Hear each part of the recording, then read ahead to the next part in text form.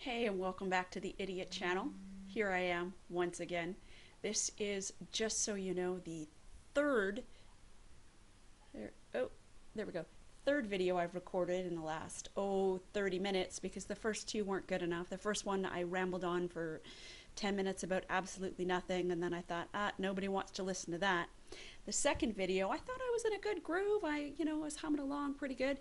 And then I had a total brain fart and stopped talking and was just staring at myself in the video camera, and ain't nobody want to see that. So this is take three. Apparently YouTubing and videoing and all that stuff is a whole lot easier when you're just a viewer. Who freaking knew? Because I didn't. I thought people just, started a camera going and shit would just come to you. Now I get why they have scripts and teleprompters and stuff, but I don't have any of that. I've got a microphone and a laptop. And the reason I have a microphone, just so we're clear, is because my first video, God bless me, I just stupidly assumed that my laptop would pick up the sound perfectly fine and everybody able to hear my wonderful words of wisdom and sarcasm and blah, blah, blah, blah, blah. And no, that didn't happen, and you needed earbuds to hear me, so I was the idiot of my own idiot channel. What do I want to talk about today? Well, there's a lot of idiots out there. I suppose I could just narrow it down.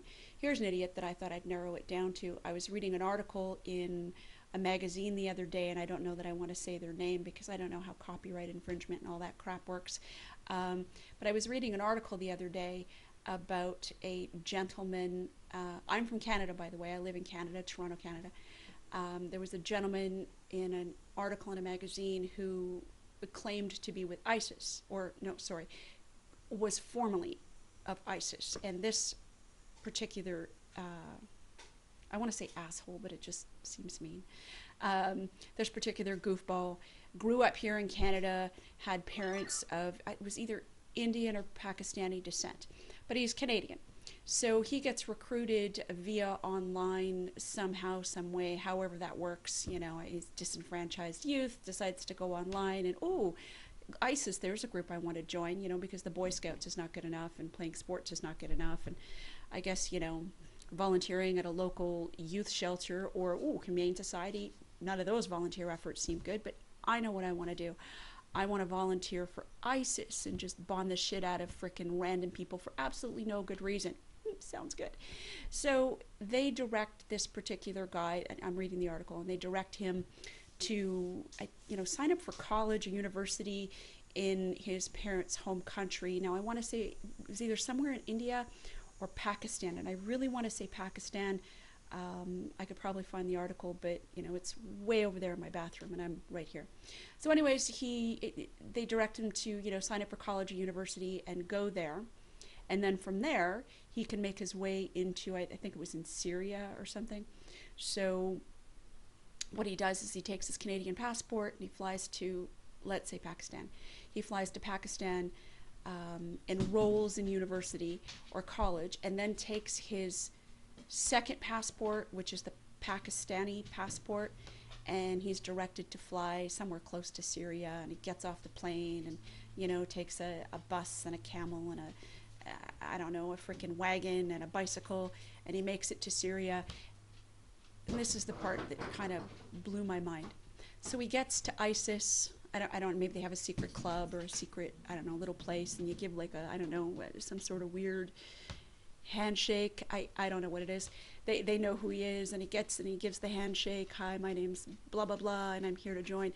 And he gets this little application, and on the application it says, do you want to be a soldier or a suicide bomber?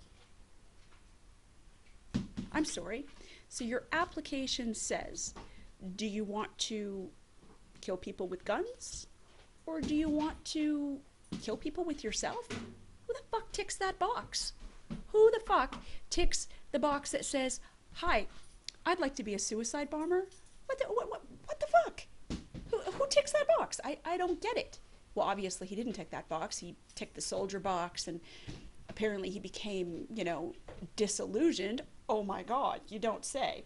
He became disillusioned with the whole ISIS mantra and, having to police regular and average human beings, and I don't know, give out penalties for, you know, listening to music, or not being covered from head to toe as a woman, and for, I don't know, surfing Google. And so the penalties were strict because this is not in the way of Allah, I guess. I don't know. There was no web when Allah was around.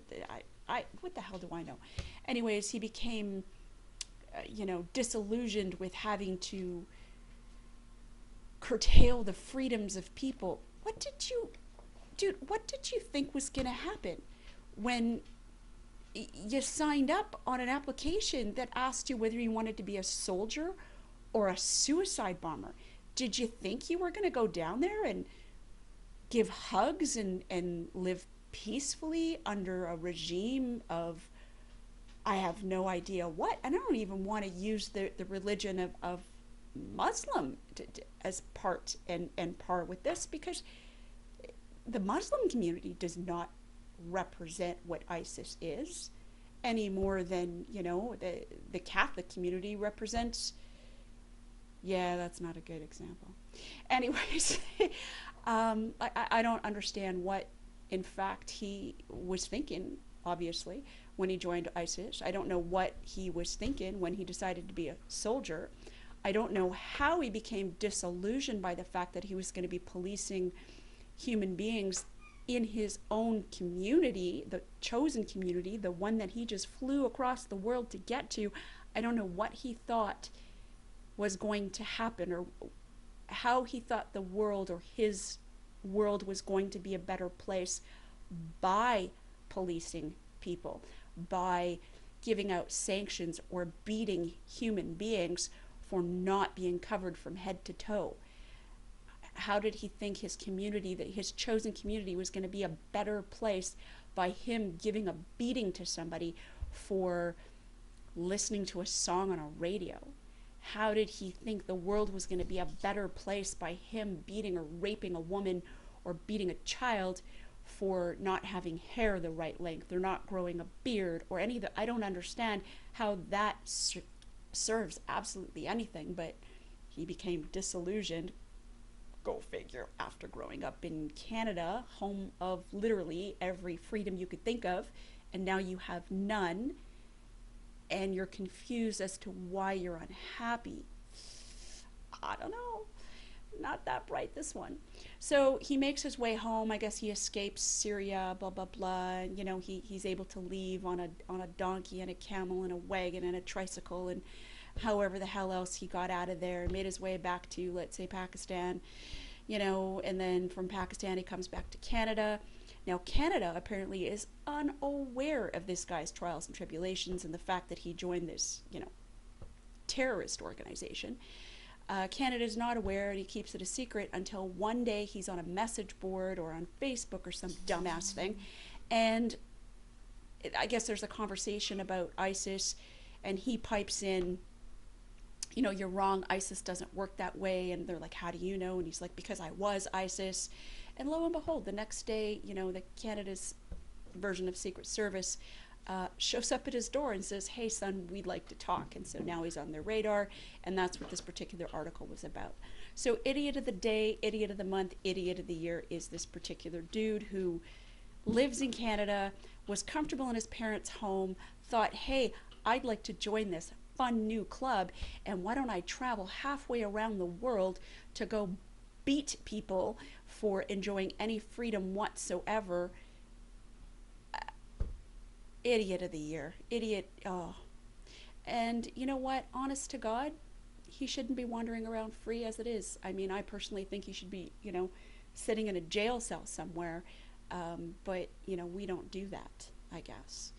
And apparently Guantanamo Bay no longer operational, but I don't think Canada sends anybody to Guantanamo anyway, or has ever sent anybody to Guantanamo. But I would certainly support shipping this dude off. I mean, you went to go check out an organization that slaughters and kills human beings for absolutely nothing. So, yeah, not only is he an idiot, he's a criminal as far as I'm concerned. So anyways, that's my topic for the day. other idiots will come to mind as the day wears on, I'm sure, and I'll just make little mental notes, maybe on little sticky pieces of paper, and post them all the way around my computer monitor so I don't have to say all the time, because let me tell you, talking to a video camera to yourself, you never realize how hard it is until you're actually doing it. And so I give a lot of credit to all the youngins that have grown up YouTubing, because you guys just make this look so goddamn easy, and it's really not. It's very disconcerting staring at your own face, hearing your own voice, and then having to edit yourself.